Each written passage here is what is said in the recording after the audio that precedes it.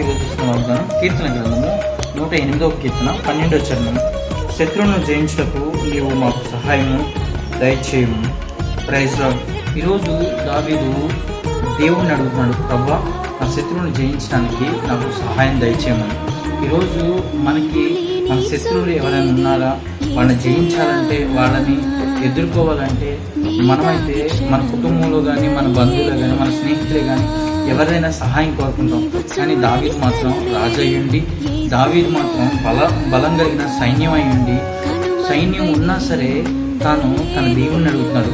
ఈరోజు మనం కూడా మన శత్రువులను జయించాలంటే మనకు సహాయం చేయమని మన దేవుణ్ణి అడిగినట్లయితే దేవుడు ఖచ్చితంగా చేస్తాడు.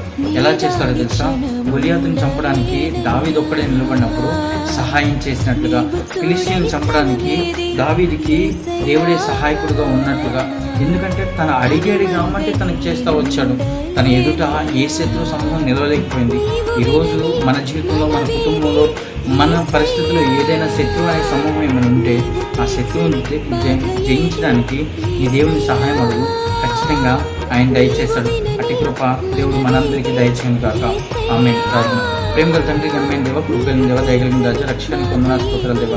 ఇప్పుడు వరకు మమ్మల్ని ఎంతగానో కాచి కాపాడే ప్రభావ, ఈరోజు ప్రభావ మేము ఇచ్చిన వాగ్దానాన్ని బట్టి మేము ప్రార్థన చేస్తున్నాం దేవ. శత్రువును జయించడానికి ప్రభావ అయ్యా మీరు కృప చూపించే దేవుడు దేవ. అయ్యా మీరు మాకు సహాయం చేయండి. వాళ్ళని ఏ విధంగా ఎదుర్కోవాలి, ఏ విధంగా జయించాలో మీ శక్తిని మీ కృపతో మమ్మల్ని నిపుదల చేస్తున్నందుకు మీకు వందనాలు, స్తోత్రాలు. సమస్త మహిమ ప్రభావాలు మీ మాత్రం యేసు కృష్ణ నామమున పెట్టుకున్నాను. ఆమేన్. Praise Lord. దేవుని దీవించును.